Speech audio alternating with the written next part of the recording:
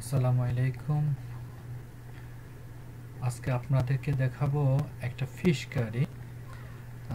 এটা আমি কেমন খাই বা কিভাবে খাই এটা দেখাবো, তবে এটার উদ্দেশ্য এই না যে আমি যেভাবে করব বা যেভাবে খাবো বা যেটা খাবো আপনাদেরকে খাওয়ার জন্য রিকোয়েস্ট করবো, জিনিসটা এরকম কোনো কিছু না। আমি যেটা খাই সাধারণত সেটা আপনাকে একটু শেয়ার করার চেষ্টা করবো, জাস্ট এতটুকু, এর বেশি কিছু না। আপনাদেরকে খাওয়ার জন্য বা এভাবে আমার মতো করে কুক করার জন্য রিকোয়েস্ট করতেছি, এই জিনিসটা টোটালি এরকম না। এটা একটা মিল কাইন্ড অফ ফিশ। এটা অনেকটা, এটাকে সিলভার ফিশ বলতে পারে বা বলা যেতে পারে, কারণ এটা সিলভারের মতো, সিলভার কালার। ওই জন্য আমি আর অনেকখানে দেখেছি এটাকে অনেক জায়গায় সিলভার ফিশ হবে ইউজ করা হয়, তো বৈজ্ঞানিক নাম এটা মিল্ক ফিশ। তবে এটার আরেকটা বৈশিষ্ট্য হলো যেটা আমি সাধারণত খাই, এটার অন্যতম কারণ হলো এটার মধ্যে আমাদের দেশের ইলিশ মাছের একটু ফ্লেভার পাওয়া যায়। যেমন আমরা এখানে পদ্মার ইলিশ বলে, কিন্তু পদ্মার ইলিশ আমরা পরিবর্তে আমরা মায়ানমার ইলিশ খাই, তার পরিবর্তে এটা খাওয়াটা অনেক বেশি বেটার। কারণ এটা আমি দেখছি এটা পদ্মার ইলিশে এটার স্মেল এবং এটার সুস্বাদুনেসটা আমার কাছে অনেক বেশি মনে হয়। তো আপনাদেরকে আমি যেভাবে কুক করবো সেটা আপনাদের সাথে একটা শেয়ার করতেছি, হয়তো আপনাদের ভালো লাগতে পারে। আমি কি বলে গার্লিক দিয়েছি, দিয়ে দিয়েছি, আর কাঁচা মরিচ, যেটা আমাদের দেশে অনেকে বলে না কাঁচা মরিচের ঝোল, ইলিশ মাখন কাঁচা মরিচের ঝোল, ঠিক একজাক্টলি তাই। তো গার্লিকটা আগে দিলাম। এটার কারণটা হলো গার্লিকের যে ফ্লেভারটা আসবে সেটা আমি একেবারে পেয়ে যাব। তারপর হচ্ছে কাঁচামরিচের যে ফ্লেভার সেটাও আমি আগে দিয়ে দিচ্ছি, কারণ কাঁচামরিচের ফ্লেভারটা আমার খুবই ফেভারিট। আমি তারপরে দেবো। এখন সেক্ষেত্রে অনিয়নটা দিয়ে দিচ্ছি, তবে অনিয়ন পরিমাণে একটু বেশি, কারণ অনিয়নটা যদি বেশি না হয় সেখানে একটু কী বলে এটাকে, ইয়া হয় না, গাঢ় জল হয় না, এটা একটু গাঢ় একটু জল করবো আর কি, টমেটো জল করবো।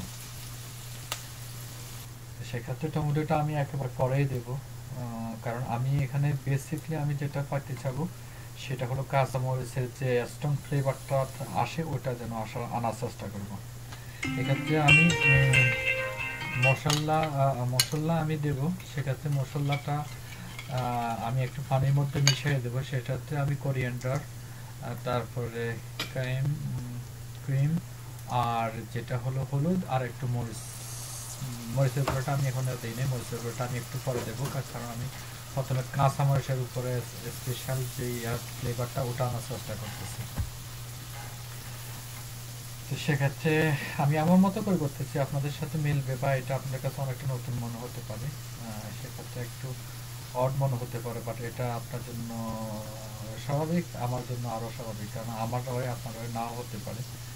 জাস্ট আমি জাস্ট কীভাবে খাই এটা আমি শেয়ার করতে চাইতেছি আর কি, আবারও যেটা বলে নিলাম আর কি। সেক্ষেত্রে আমি মিডিয়াম হিটেই যাব, কারণ মশলাটা একটু হোক, তারপরে যে আমি টমেটোটা দেবো। আমি এখানে বিশেষ করে এটা চলতে হয় যে অনিয়ন গার্লিক। হ্যাঁ, এখন মোটামুটি আমি মরিচটা দেওয়ার আমার টাইম হয়ে গেছে, কারণ মশলা অ্যাটলিস্ট অ্যাবাউট 3-4 মিনিটের উপরে হয়ে গেছে মশলাটা।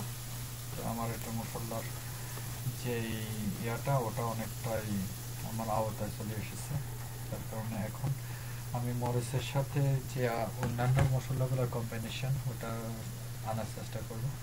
সেক্ষেত্রে এটা আমি কিছুক্ষণ রাখবো, কিছুক্ষণ রাখলে মোটামুটি মশলাটা হয়ে যাবে এই আর কি। এখানে খুব বেশি কিছু নয়, অন্য কোনো মশলা মাছটা সাধারণত খুব বেশি কিছু মশলা দরকার হয় না এই আর কি। এখন টমেটোটা আমি একটু টমেটোটা খুব আগে দিতে পারতাম, কিন্তু আগে দিলাম না, এই জন্য আমার আমি আগে যেটা বললাম আর কি, যে গার্লিক আর কাঁচামরিচের টেস্টটা আমার দরকার আগে।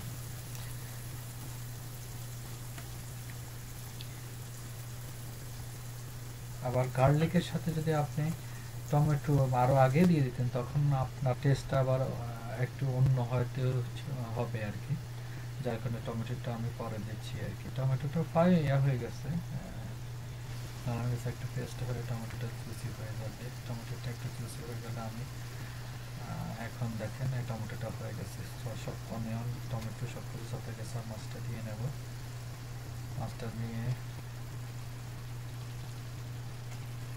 অলমোস্ট হয়ে গেল। আমি কিছু পটেটো রেডি করে রাখছি। পটেটো আমি এই জন্য ইউজ করবো কারণ বাচ্চারা মাছ খায় না, কিন্তু পটেটোটা দিলে অ্যাটলিস্ট পটেটোটা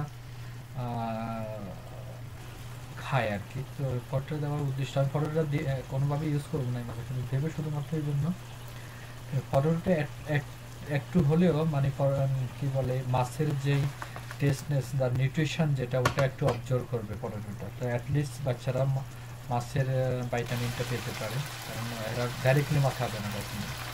যার কারণে পটেটো 2 পিস দিলে সেক্ষেত্রে তারা অ্যাটলিস্ট ওখান থেকে কিছুটা হলে নিউট্রিশন পাবে।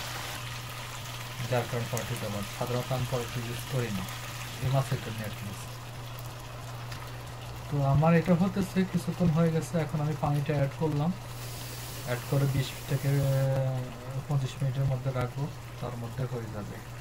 আর এটা একটু হয়ে গেলে আমি পটেটো দিয়ে দেবো কিছুক্ষণের মধ্যে। খুব বেশি মানে লিকুইড করবো না, জুসি করবো না, কারণ এগুলো তো ফ্রোজেন মাছ।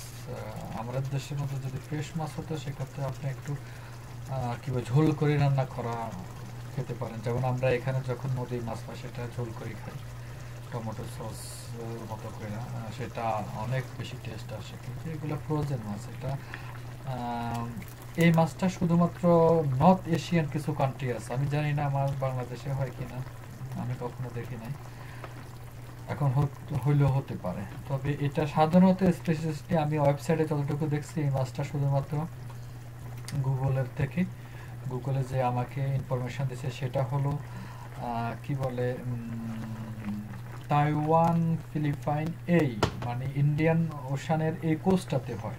তবে ইন্ডিয়ান বে অফ বাংলা কোস্টে এটা আসলে সাধারণত হয় না, আমি জানি না এখন আসে কিনা। তবে এটা ফিলিপাইন, তাইওয়ান, চায়নার কিছু অংশে এই মাছটা পাওয়া যায়, যেটা গুগল থেকে আমি পাওয়া তথ্য মিথ্যা হতে পারে। তো আমি পটেটো দিয়ে দিলাম। তো সেক্ষেত্রে আমি কিছুক্ষণ রাখবো, আর পরবর্তীতে হয়ে গেলে ধনিয়া পাতা দিয়ে জাস্ট এটা নামাই ফেলবো। তবে টেস্ট এটা ভালো। আমার আপনি ভার্মিস কি বলে মায়ানমারের যে ইলিশ আছে, আমি মনে করি তার চেয়ে এটা খাওয়া অনেক বেশি গুণগত সম্পূর্ণ আর কি। এটার কষ্ট অনেক বেশি কম। এটার আমার মনে হয় এটা 1 কিলোর একটা মাছ, এটা আমার কাছে পড়ছে মনে হয় অ্যাবাউট $10 হয়ে গেছে। আমি এখন নামাই ফেলছি, মোটামুটি লুকিং গুড হয়েছে। তো আপনারা ট্রাই করার জন্য আমি রিকোয়েস্ট করবো, জাস্ট আমি যেটা খাই সেটা আমি আপনার শেয়ার করলাম। থ্যাংক ইউ ভেরি মাচ, দেখা হবে।